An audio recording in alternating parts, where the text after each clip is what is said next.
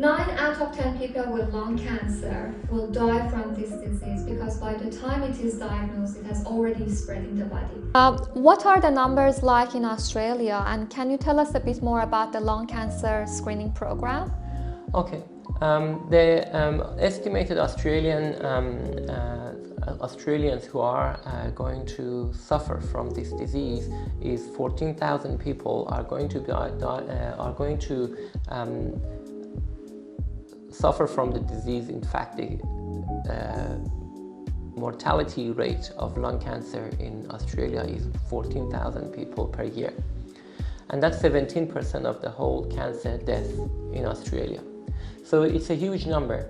And then the mathematical modeling and the prediction is that we are able to save 12,000 deaths in the first 10 years of lung cancer screening. So it's very important for us respiratory physicians and for the population. Can I just confirm, you said 14,000 people per year. That's quite significant, and that shows how important this screening program. It is very important. Like here, 14,000 people lose their life in 1 year in Australia due to lung cancer. And yet the program is going to avoid 12,000 deaths in the first 10 years. So that's the numbers to remember. Yeah. What is this program exactly? So this is basically a low-dose CT scan screening that is approved to be done in 2 years interval. So I will elaborate on this a bit further later on. But the government from the start of July is supporting one CT scan for people who meet the criteria, and depending on the result, if it is all normal, another CT scan in 2 years' time as part of the screening. We believe that if we detect early, then we can offer a lot of more useful treatment options. For example, resecting the cancer as early as possible before it's spread to other organs and metastasizes. It improves the quality of life of the particular patient, and it reduces the costs for dealing with the cancer. But here we need to remember that if we implement smoke cessation clinics or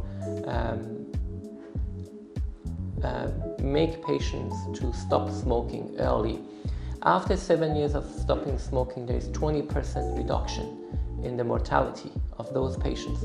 This is very similar to the lung cancer screening, because the lung cancer screening is hoping to reduce the mortality by 20%.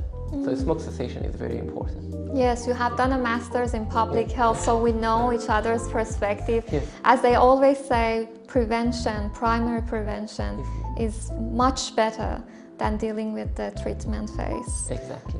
So smoke cessation is a primary prevention even before people get into the CT scan screening.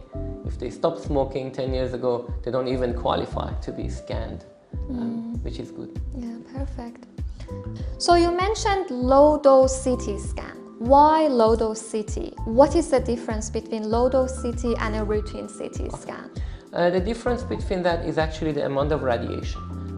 When we are talking about screening program, we want to have more benefits than risks of that program. So if we implement the normal CT scans, because of the amount of radiation that the patient gets after doing routine CT scans for such a long time for such a huge population, the literature suggests that we are putting patients at risk of having other cancers because of those radiations, like breast cancer in ladies and so on. So low-dose CT scan has a lot less radiation risk in comparison to normal dose CT scan.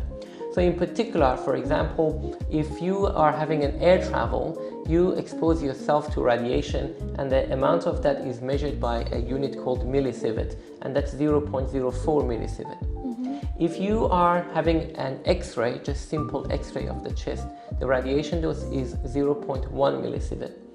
And a mammogram is 0.4, and when we talking about low dose CT scan, it's 1.4. The actual CT scan that we used before is over 7 millisieverts. So having 7 low dose CT scan is equivalent to 1 conventional CT scan, but with the technologies, the radiation dose may even be a lot less these days. So that's why having low dose CT scan reduces the chance of radiation, has the same amount of accuracy in terms of diagnosing lung cancer and the lung nodules. Why don't we use this? That's very interesting to know, and we are so lucky to have access to such technology now. Yes. Yeah. All right, great. Can you tell us who is this program for exactly? Okay. Yes, there is a certain criteria that needs to be met to be able to participate into the lung cancer screening program. This is designed for people who are between 50 to 70 years of age first. So below that and above that, they're not qualified. The second thing is they need to be asymptomatic. By symptoms, we mean any symptoms in relation to respiratory system, like cough, shortness of breath, coughing up phlegm, sputum, hemoptysis, coughing up blood, weight loss, having constitutional symptoms, lethargy, B symptoms we call it. If they have any of those symptoms, they need to see the general practitioner and get that investigated on its own merits. And depending on the symptoms, then they need to have a specific diagnostic modality. It could be a normal dose CT scan, it could be CT scan with contrast. But they need to be asymptomatic from the respiratory point of view when they're participating into the program. And the smoking history is also an important part of it. They had to smoke for more than 30 pack years. They need to be either a current smoker or stop smoking within the last 10 years. And these are the 3 main criteria to be able to participate into the program. Perfect. So if I want to summarize, it's for anyone who has no symptoms from lung side of things, is between 50 to 70 years old, and is a current smoker or has quit smoking in the last 10 years. Yes. But they have to meet a specific criteria for the smoking as well. Yes. You mentioned pack year. Can you tell me how they can calculate this? Yes. So pack year is an indicator of how much and how frequent, how severe the patient smoked before. So, for example, 20 cigarettes per day for 1 year consecutive is 1 pack year. So if someone smokes 15 years and then they smoke 10 cigarettes per day, the calculated pack year is 7.5. Or if someone smokes 30 cigarettes per day for 10 years, the pack year is 15 pack years. So to make life easier for patients and health professionals to be able to calculate this, as part of our program, lung cancer screening program, we put this calculator in our website so patients and health professionals can go to the website and put patients' years of smoking. Sometimes it's very complicated. So a patient might say, I smoked from 1990 to 1995, 2 packs per year and per day, and then I reduced it to 1 pack per day, and then after that I increased that, and that becomes a bit complex. Hence this smoke calculator in our website would help to find out how many pack years they had, whether they qualify for this program or not. Excellent. So we should make sure that we will include the link to your website and the calculator in this video. Yes, the website is called lcsp.au, and the calculator is going to be very accessible through the website. Yeah, I've seen the tab. It's very user-friendly. Thank you for that. So in general, what are the benefits of this program, you would say? Firstly, I should say that this program is going to start July this year, and the benefits of the screening is that we are going to increase stage 1 lung cancer diagnosis and reduce the stage 4 lung cancer diagnosis, because there is a huge difference between the outcome of the patient, whether it's diagnosed at early stage, stage 1, or at late stage, stage 4. So when the patient goes and has a CT scan through this program, the information is going to be sent to a huge database, governmental database. And then the radiologist who is trained to report these CT scans provide the outcome of these CT scan results. And the outcomes are 4. For example, one patient comes and have the CT scan and the result is there is no nodule or no lung cancer identified, and there is no other pathology identified. In those cases, what happens is they need to have another CT scan in 2 years, and the health professional, but the government send them a reminder that in 2 years' time you are eligible to have another CT scan. The second outcome would be the patient has a nodule, the CT scan is not normal, they have a nodule or a mass, but it's a very low risk, so like it's small, it doesn't look like cancer, and then the radiologist suggests them having a repeat CT scan between 3 to 12 months to see if that progressed or not.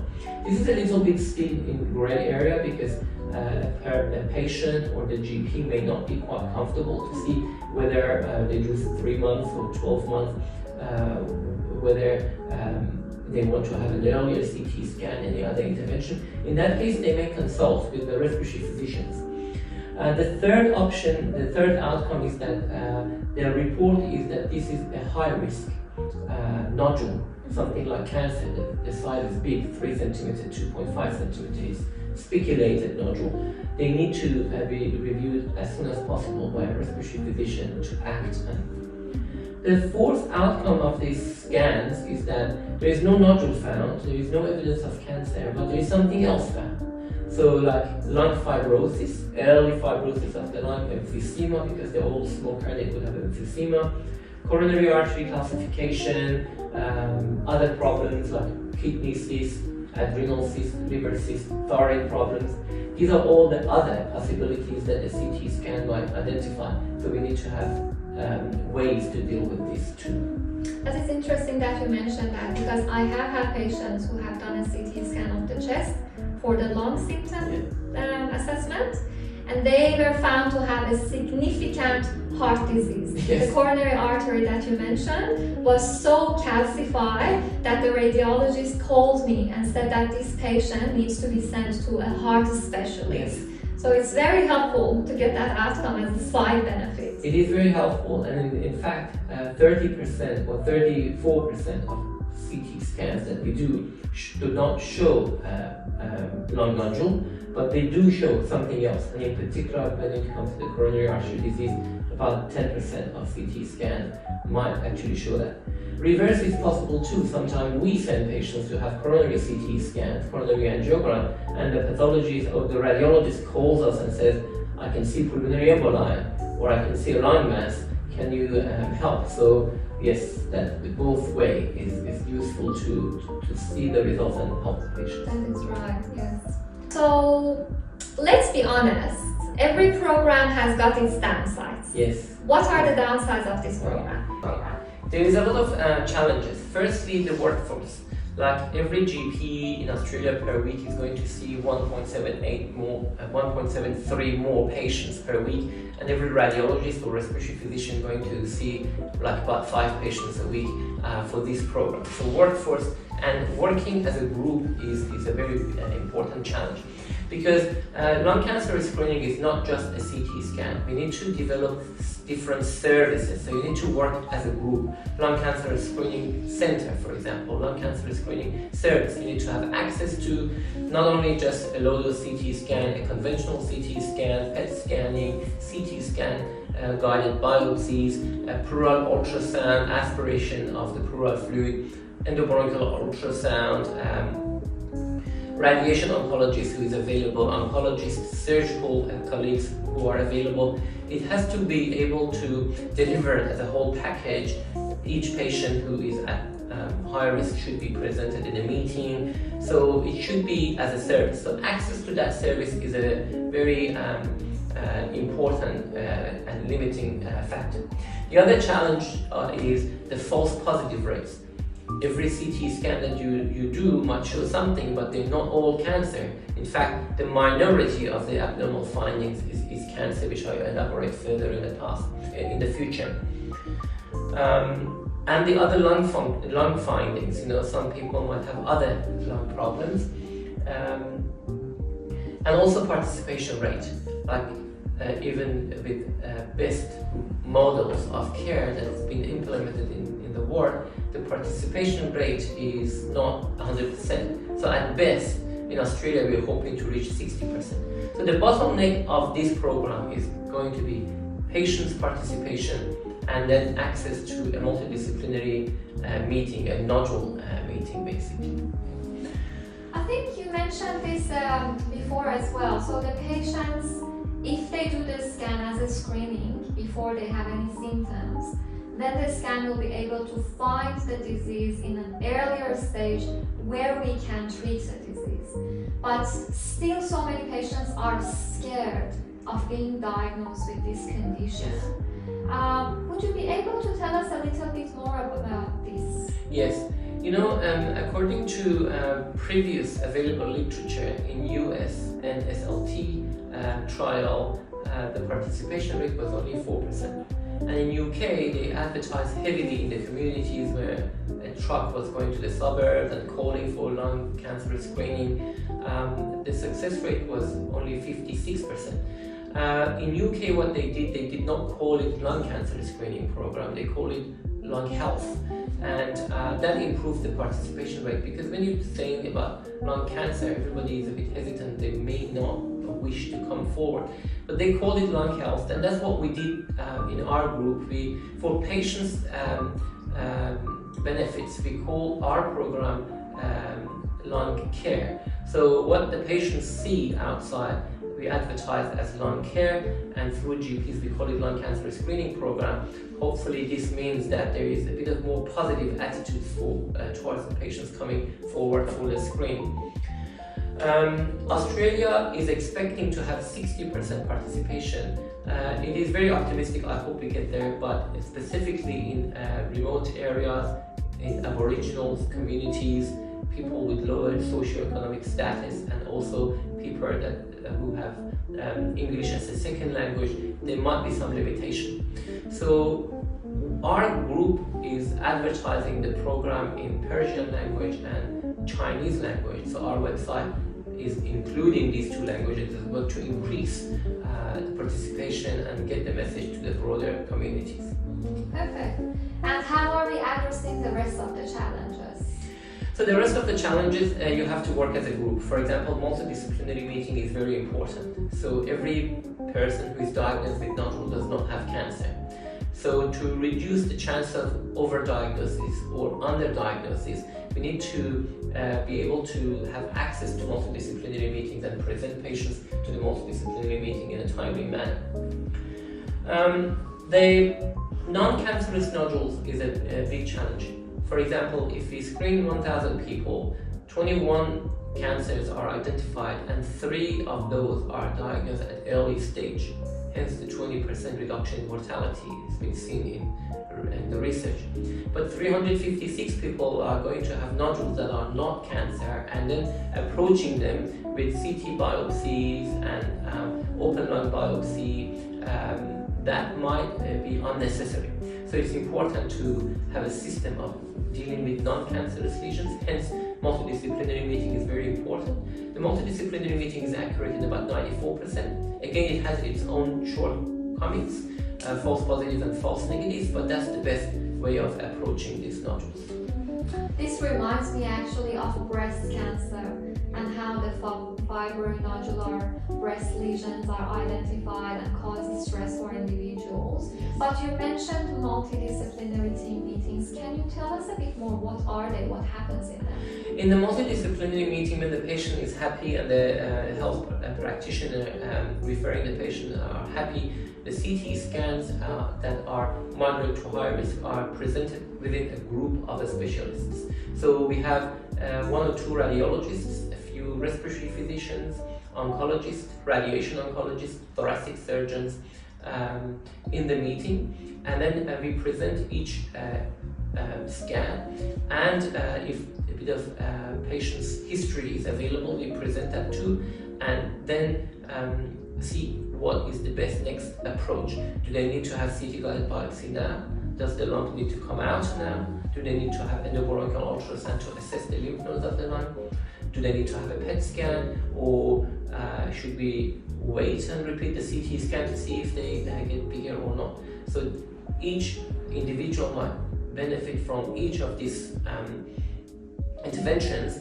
Offering the same intervention to everybody is causing too much issues. Hence, an individualized care is determined after the patient is presented in the multidisciplinary team meeting.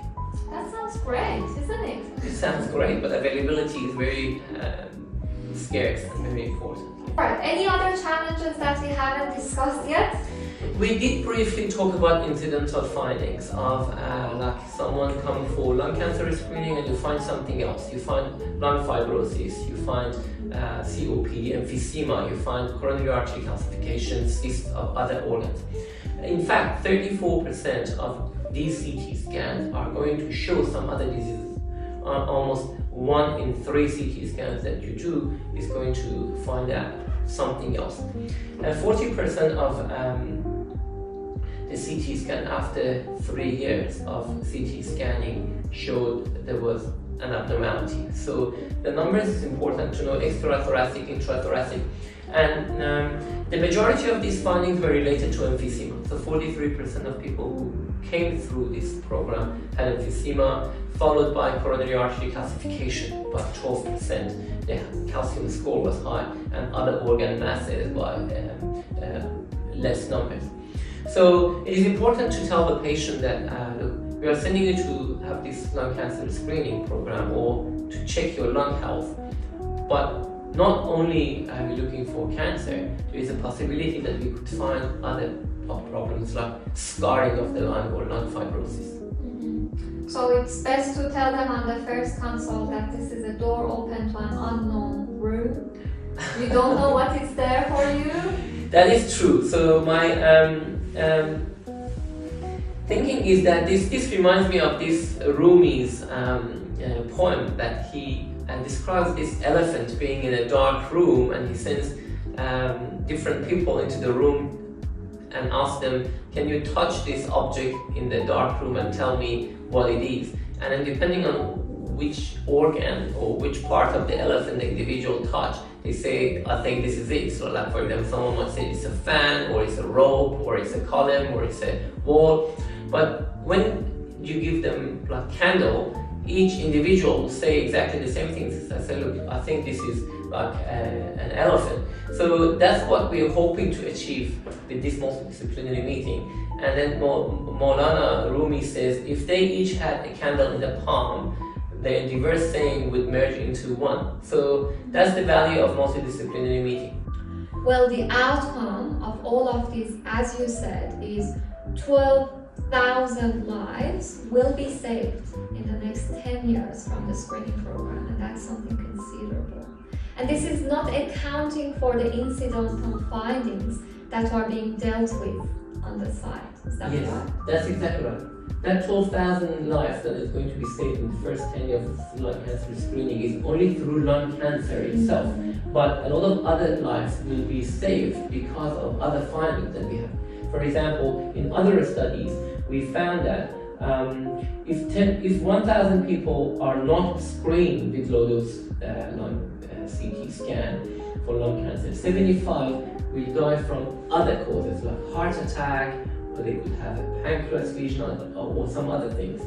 But if 1,000 people were screened with low-dose CT scan, that number comes down from 75 to 70. So you save another 5 lives after 1,000 screening for other things that you find. So this number is even more important than lung cancer screening itself. So that's right. Also important to remember. Because you mentioned that 3 lives from lung cancer will be saved, so this is another 7. That is amazing. Another 5, which is important, yes. That is amazing.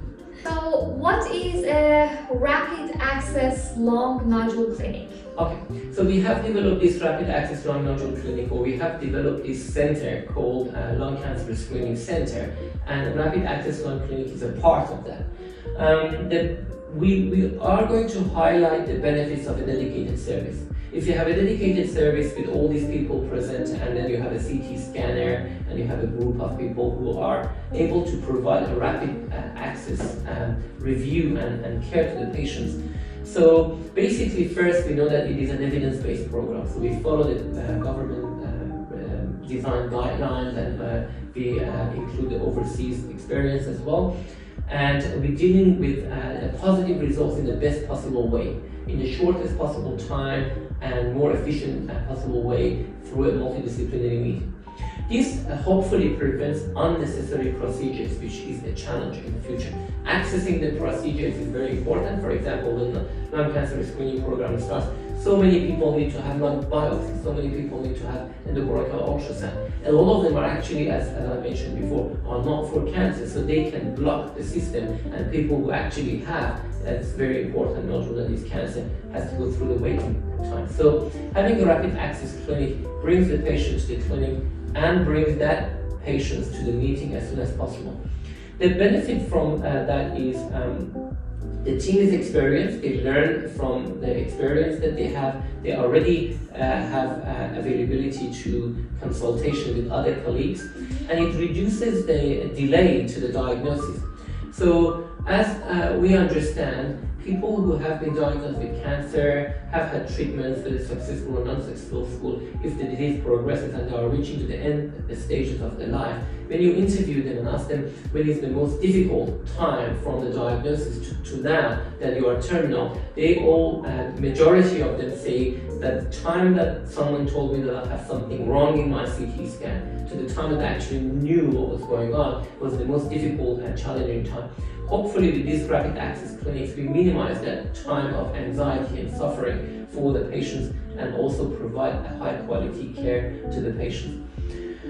So it will reduce the anxiety from shorter wait times. It is convenient, coordinated care, personalized treatment with focus on the patient's quality of life, and often, we should again remember, often our program, and this program should include smoke cessation as part of it. And studies suggest that this program is actually a very good initiative for the patients to start talking about smoke cessation, and there are a good number of people who come through this program, and then the benefit they get from it is they stop smoking. Yeah, I can imagine. That would be great.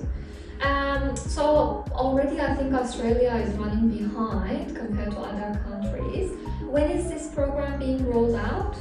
This program is starting in July 2025, so from this year. Yeah. And yes, as I said, the patients with MBS covered CT scan, and then depending on the result, they will find out what is the next step. Well, the outcome of all of this, as you said, is 12,000 lives will be saved in the next 10 years from the screening program, and that's something considerable. And this is not accounting for the incidental findings that are being dealt with on the site. Is that yes, right? That's exactly right. That 12,000 lives that is going to be saved in the first 10 years of lung cancer screening is only through lung cancer itself. But a lot of other lives will be saved because of other findings that we have. For example, in other studies, we found that if 1,000 people are not screened with low-dose CT scan for lung cancer, 75 will die from other causes like heart attack, or they could have a pancreas lesion or some other things. But if 1,000 people were screened with low-dose CT scan, that number comes down from 75 to 70. So you save another 5 lives after 1,000 screening for other things that you find. So this number is even more important than lung cancer screening itself. So that's right. Also important to remember. Because you mentioned that 3 lives from lung cancer will be saved, so this is another 7. That is amazing. Another 5, which is important, yes. That is amazing. Alright, so what is a rapid access lung nodule clinic? Okay, so we have developed this rapid access lung nodule clinic, or we have developed this center called Lung Cancer Screening Center, and rapid access lung clinic is a part of that. We are going to highlight the benefits of a dedicated service. If you have a dedicated service with all these people present, and then you have a CT scanner, and you have a group of people who are able to provide a rapid access review and care to the patients. So basically, first we know that it is an evidence-based program. So we follow the government design guidelines, and we include the overseas experience as well. And we're dealing with positive results in the best possible way, in the shortest possible time and more efficient possible way through a multidisciplinary meeting. This hopefully prevents unnecessary procedures, which is a challenge in the future. Accessing the procedures is very important. For example, when the lung-cancer screening program starts, so many people need to have lung biopsies, so many people need to have endobronchial ultrasound. And all of them are actually, as I mentioned before, are not for cancer, so they can block the system, and people who actually have, that's very important, nodular disease cancer, has to go through the waiting time. So having a rapid access clinic brings the patient to the clinic and brings that patient to the meeting as soon as possible. The benefit from that is the team is experienced, they learn from the experience that they have, they already have availability to consultation with other colleagues, and it reduces the delay to the diagnosis. So as we understand, people who have been diagnosed with cancer have had treatments, whether successful or non-successful. If the disease progresses and they are reaching to the end stages of their life, when you interview them and ask them when is the most difficult time from the diagnosis to now that you are terminal, they all, majority of them say that the time that someone told me that I have something wrong in my CT scan to the time that I actually knew what was going on was the most difficult and challenging time. Hopefully with these rapid access clinics, we minimize that time of anxiety and suffering for the patients and also provide a high quality care to the patients. So it will reduce the anxiety from shorter wait times. It is convenient, a coordinated care, personalized treatment with focus on the patient's quality of life, and often, we should again remember, often our program, and this program should include smoke cessation as part of it. And studies suggest that this program is actually a very good initiative for the patients to start talking about smoke cessation, and there are a good number of people who come through this program, and then the benefit they get from it is they stop smoking. Yeah, I can imagine. That would be great. So already I think Australia is running behind compared to other countries. When is this program being rolled out?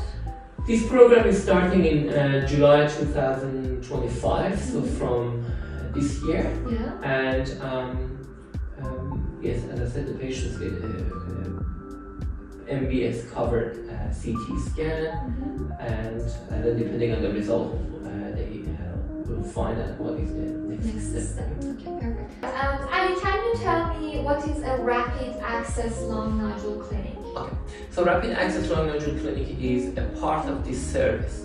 So we are talking about a service, not just a CT scan. So the benefits of the service is that rapid access lung clinic is a part of it.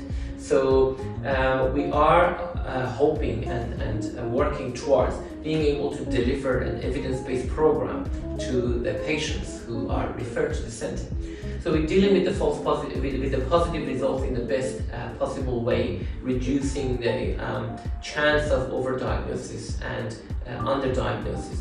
So this is not possible if we don't have a rapid access clinic to bring the patient in and then subsequently have access to a multidisciplinary meeting or multidisciplinary nodule meeting. So this hopefully prevents unnecessary procedures, at the same time not delaying aggressive treatments for the patients who need the treatment. So we believe that through an experienced team, through a coordinated team of people that includes several different specialties, we are able to minimize the time to the diagnosis and the management of the patient. So it's important for the patient's perspective. For example, previous studies suggest that patients who are terminally ill with the cancer, when they ask them from the diagnosis to the time that they are having this terminal time of the journey, what was the most difficult and challenging and stressful time in that period, they would say, majority of them say that the time that someone told me there is some abnormality found on my CT scan to the time that I actually saw someone and they told me what's wrong with me was the most stressful time. So if you could shorten that, that would be improving from patient perspective. So the Rapid Access Lung Nodule Clinic is a specialized service that is designed to provide fast-track, quick evaluation and management of the patient through this lung cancer screening center. So it involves a multidisciplinary approach with respiratory physicians, thoracic surgeons, radiologists, oncologists, radiation oncologists, and specialized nurse navigators to coordinate and reduce the chance of misdiagnosis and overdiagnosis. Perfect. It seems that you guys have thought all aspects of it already. Great job. But Australia is running behind compared to America and Canada by the sounds of it. When is this program being rolled out? So this program is going to start in July this year. Yes, you are right. United States early on, like before 2011, they started to do this program. It's been very successful. Subsequent to that, European countries, especially Northern Europe, rolled this program in the countries. They have similar results. Australia has been also participating, and the reason for a few years delay is because of the modeling that they wanted to do in Australia. They designed their own interval of the CT scan, which is every 2 years. They designed the age of the patients to capture the most people affected. So that's why it took a few years to roll the program, because it's a screening program. You need to be careful, take steps and make sure that the screening program fits your health service and health system. And other countries, this program starts with a very tight criteria, for example, 50 to 70 years of age. But later on, when they screen the majority of people who are at high risk, they may alter some of the criteria that happen in other places. Not sure if that happens in Australia or not, but that I would not be surprised if some of the criteria alters over time when they capture the majority of patients to start with. That's right, similar to colorectal cancer. What happened with that? Yes. Great, I learned a lot today. Do you mind if we can summarize what we said today about the program in general and what's the next step and what to do? Yes, we talk about a lot of numbers, a lot of different situations, and it's good to wrap it up. So I would like to wrap it up by presenting a case, for example. Imagine that you're a GP and you're practicing. Next patient knocks on the door and comes in and says, look, I'm 65 years old who very healthy and do cycling a lot every week, swimming every day, no shortness of breath, no cough, no weight loss, no respiratory symptoms. And I stopped smoking when I was 57 years of age. I started at about 20s. I smoked 30 pack here. He has already done his calculations for you. That makes your life easy. And he heard about lung cancer screening program in the news. He comes and says, look, should I have it? Shouldn't I have it? What do you think?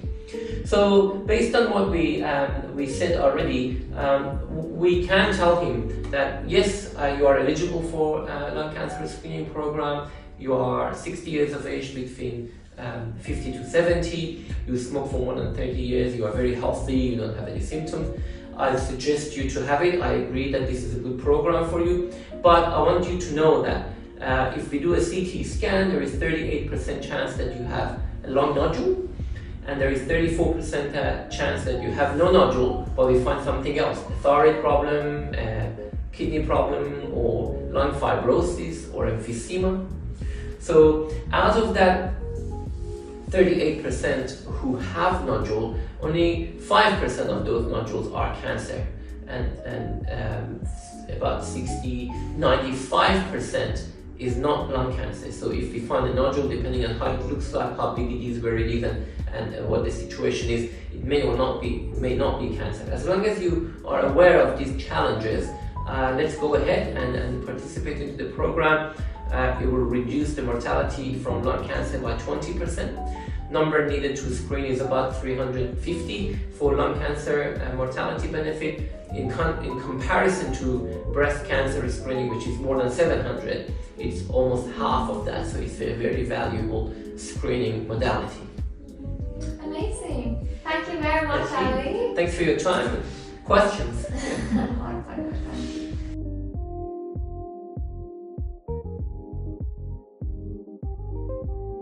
Respiratory Sleep Disorder Center, RSDC.